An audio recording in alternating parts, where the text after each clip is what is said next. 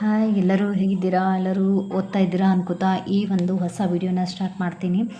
ಈ ವಿಡಿಯೋದಲ್ಲಿ ನಾನು ಗೌರ್ಮೆಂಟ್ ಪುಸ್ತಕದಿಂದ ಅಂದರೆ ಕನ್ನಡ ಪೇಪರ್ GPSTರಲ್ಲಿ ಪೇಪರ್ ಪತ್ರಿಕೆ 3 ಯಾವ ರೀತಿ ಕವರ್ ಮಾಡಬೇಕು, ಕನ್ನಡ ವ್ಯಾಕರಣವನ್ನು ಗೌರ್ಮೆಂಟ್ ಪುಸ್ತಕದಿಂದನೇ ಬರುವಂತಹ ಡೈರೆಕ್ಟಾಗಿ ಬರುವಂಥ ಪ್ರಶ್ನೆಗಳನ್ನು ಇವತ್ತು ನಾನು ವಿಡಿಯೋದಲ್ಲಿ ತೋರಿಸ್ತಾ ಇದ್ದೀನಿ ನಿಮಗೆ.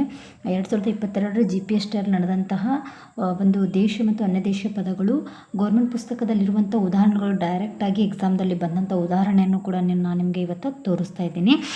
ಮತ್ತು ಈ ವಿಡಿಯೋದಲ್ಲಿ ನಾನು ಕನ್ನಡಕ್ಕೆ ಸಂಬಂಧಪಟ್ಟಿರುವಂಥ ಒಂದು ಒಳ್ಳೆಯ ಪುಸ್ತಕವಾದ ಲಿಂಕನ್ನು ಕೊಟ್ಟಿರ್ತೀನಿ. ಅದನ್ನು ತೊಗೊಂಡು ನೀವು ಓದ್ಕೋಬಹುದು. ಈ ಕನ್ನಡ ಗ್ರಾಮರನ್ನು ಗೌರ್ಮೆಂಟ್ ಪುಸ್ತಕದಿಂದ ಓದ ತಕ್ಷಣ ಅದನ್ನು ಕೂಡ ಬಿಡಿಸ್ಕೋಬಹುದು. ನೀವು ಇಷ್ಟ ಆದರೆ ತೊಗೋಬಹುದು. ಅದೇ ರೀತಿಯಾಗಿ ವಿಡಿಯೋ ಸ್ಟಾರ್ಟ್ ಮಾಡೋಕ್ಕಿಂತ ಮುಂಚೆ ಯಾರೆಲ್ಲ ಇನ್ನೂ ಸಬ್ಸ್ಕ್ರೈಬ್ ಮಾಡಿಲ್ಲ ದಯವಿಟ್ಟು ಸಬ್ಸ್ಕ್ರೈಬ್ ಮಾಡ್ಕೋರಿ. ಅದೇ ರೀತಿ ವಿಡಿಯೋನ ಶೇರ್ ಮಾಡಿರಿ ನಿಮ್ಮ ಫ್ರೆಂಡ್ಸ್ಗೆಲ್ಲ.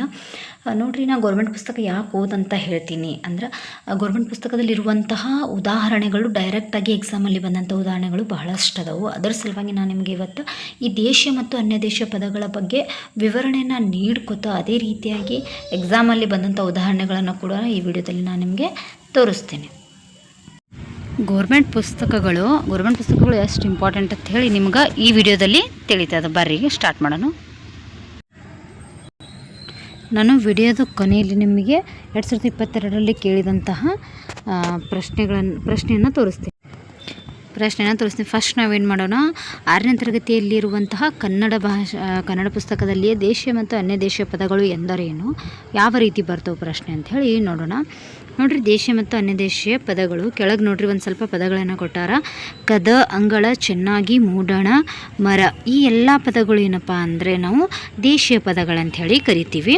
ನೆಕ್ಸ್ಟ್ ನೋಡ್ರಿ, ಭೂಮಿ, ಮಿತ್ರ, ಕಾಗದ, ಮೇಜು, ರಸ್ತೆ, ಇವೆಲ್ಲ ಏನಪ್ಪ ಅಂದರೆ ಅನ್ಯ ದೇಶೀಯ ಪದಗಳಂತ ಹೇಳಿ ಕರಿತೀವಿ. ನೆಕ್ಸ್ಟ್ ನೋಡ್ರಿ ಇಲ್ಲಿ ಮುಂದುವರೆದು, ನಾವು ಕನ್ನಡದಲ್ಲಿ ಬಳಸುವ ಅಚ್ಚ ಕನ್ನಡ ಪದಗಳು ದೇಶಿ ಪದಗಳು. ಇವು ಮೂಲ ಕನ್ನಡ ಭಾಷೆ ಪದಗಳಾಗಿವೆ. ನಾವು ಬಳಸುವ ಎಲ್ಲ ಪದಗಳು ಮೂಲ ಕನ್ನಡ ಪದಗಳಲ್ಲ. ಕೆಲವು ಪದಗಳು ಬೇರೆ ಭಾಷೆಯಿಂದ ಬಂದಿವೆ.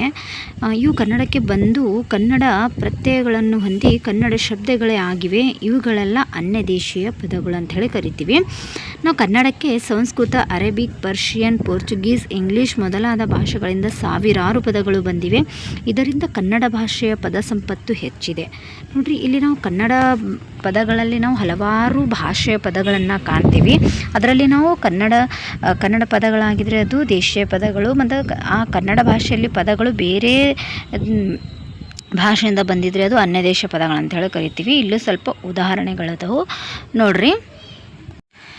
ಇಲ್ಲಿ ಕೆಲವು ಉದಾಹರಣೆಗಳನ್ನು ಕೊಟ್ಟಾರ. ಇದೇ ಉದಾಹರಣೆಯಲ್ಲಿರುವಂತಹ ಒಂದು ಪದ 2022ರಲ್ಲಿ ಕೇಳಿದಂತಹ ಪದ ಆಗಿದೆ. ನೋಡ್ರಿ, ದೇಶಿ ಪದಗಳು ಬೆಲ್ಲ, ನೀರು, ಹುಲ್ಲು, ಹೊಲ, ಆಟ ಮುಂತಾದವುಗಳು ಇವು ದೇಶೀಯ ಪದಗಳಾಗ್ತವೆ. ಅನ್ಯ ದೇಶೀಯ ಪದಗಳು ನೋಡ್ರಿ, ಇದನ್ನು ಒಂದು ಚಾರ್ಟ್ ಮಾಡಿ ಹಾಕೋಬೋದು ನೀವು ನಿಮ್ಮ ರೂಮ್ ಒಳಗೆ. ಸಂಸ್ಕೃತ ಭಾಷೆಯಿಂದ ಬಂದ ಪದಗಳು ಸಂಗಮ, ಕುಮಾರ, ಅರಣ್ಯ, ಸಹೋದರಿ ಮೊದಲಾದವು. ಇಂಗ್ಲೀಷ್ ಭಾಷೆಯಿಂದ ಬಂದ ಪದಗಳು light, bank, pen, book, school, bus. ಮತ್ತು ಪೋರ್ಚುಗೀಸ್ ಭಾಷೆಯಿಂದ ಬಂದಂಥ ಪದಗಳು ಅಲಮಾರು, ಪಾದ್ರಿ, ಸಾಬೂನು, ಬಟಾಟೆ, ಅನಾನಸ್ಸು ಮೊದಲಾದವು. ಇನ್ನೂ ಹಲವಾರು ಪದಗಳದವು. ನೀವೇನು ಬೇಕಾದರೆ ಸರ್ಚ್ ಮಾಡಿ ಇನ್ನೂ ಹಲವಾರು ಪದಗಳನ್ನು ಬರ್ಕೊಂಡು ಓದ್ಬೋದು. ಪರ್ಷಿಯನ್ ಭಾಷೆಯಿಂದ ಬಂದ ಪದಗಳು ದಿವಾನ್, ಸರ್ದಾರ್, ದವಲತ್ತು, ಸರ್ಕಾರ್, ತಹಸೀಲ್ದಾರ್ ಮೊದಲಾದವು. ನೋಡ್ರಿ, ಇದ್ರೊಳಗೆ ಇಲ್ಲಿ ಪರ್ಷಿಯನ್ ಭಾಷೆಯಿಂದ ಬಂದ ಪದ ಒಂದೇ ಪದ ಅದಲ್ಲ, ದಿವಾನ. ಇದು ಏನು ಮಾಡ್ಯಾರಪ್ಪ ಅಂದ್ರೆ ಈ ಪದವನ್ನು ನಮಗೆ 2022ರಲ್ಲಿ GPST ಪರೀಕ್ಷೆಯಲ್ಲಿ ಕೇಳಿದ್ರು. ಅದನ್ನು ಕೂಡ ನಾನು ನಿಮಗೆ ತೋರಿಸ್ತೀನಿ. ನೋಡ್ರಿ, ಇಲ್ಲಿ ಹಿಂಗೆ ವಿವರಣಾತ್ಮಕ ಕನ್ನಡ ಪತ್ರಿಕೆಯಲ್ಲಿ ಹಿಂಗೆ ಕೊಟ್ಟಿರುವ ಪದಗಳಿಗೆ ನೀಡಿರುವ ಸೂಚನೆಯಂತೆ ಉತ್ತರ ಬರೆಯಿರಿ. ನೋಡ್ರಿ, ಕೊಟ್ಟಿರುವ ಪದಗಳಿಗೆ ಯಾವ ಭಾಷೆಯಿಂದ ಬಂದಿದೆ ಅಂತ ಹೇಳಿ ಬರಿ ಅಂತ ಕೊಟ್ಟಿರ್ತಾರೆ. ಒಂದು ಈ ರೀತಿ ಪ್ರಶ್ನೆ ಪತ್ರಿಕೆಯನ್ನು ಕೊಟ್ಟಿರ್ತಾರೆ, ಒಂದು ಬುಕ್ಲೆಟನ್ನು ಕೊಟ್ಟಿರ್ತಾರೆ ಬರೆಯಕ್ಕೆ ನಿಮಗೆ. ಅಲ್ಲಿ ಪ್ರಶ್ನೆ ನಂಬರ್ ರೋಮನ್ ಸಂಖ್ಯೆ 2 ಹಾಕಿ, ಅದರಲ್ಲಿ ಪ್ರಶ್ನೆ ನಂಬರ್ 21 ಹಾಕಿ ಅಂಥೇಳಿ ಹಾಕಿ, ಉರುಸು ಅಂತೇಳಿ ಹಾಕಿ ಅದ್ರ ಮುಂದೆ ಎರೋ ಮಾರ್ಕನ್ನು ಕೊಟ್ಟು ಇದು ಏನಪ್ಪ ಅಂದ್ರೆ ಉರ್ದು ಭಾಷೆಯಿಂದ ಬಂದಿದ್ದದ. ನೆಕ್ಸ್ಟ್ ದಿವಾನ್ ಅಂಥೇಳಿ ನೋಡ್ರಿ, ಇಲ್ಲಿ ಪರ್ಷಿಯನ್ ಭಾಷೆಯಿಂದ ಅಂಥೇಳಿ ನಾನು ನಿಮಗೆ ಹೇಳಿದ್ದೆ ಉದಾಹರಣೆದೊಳಗೆ.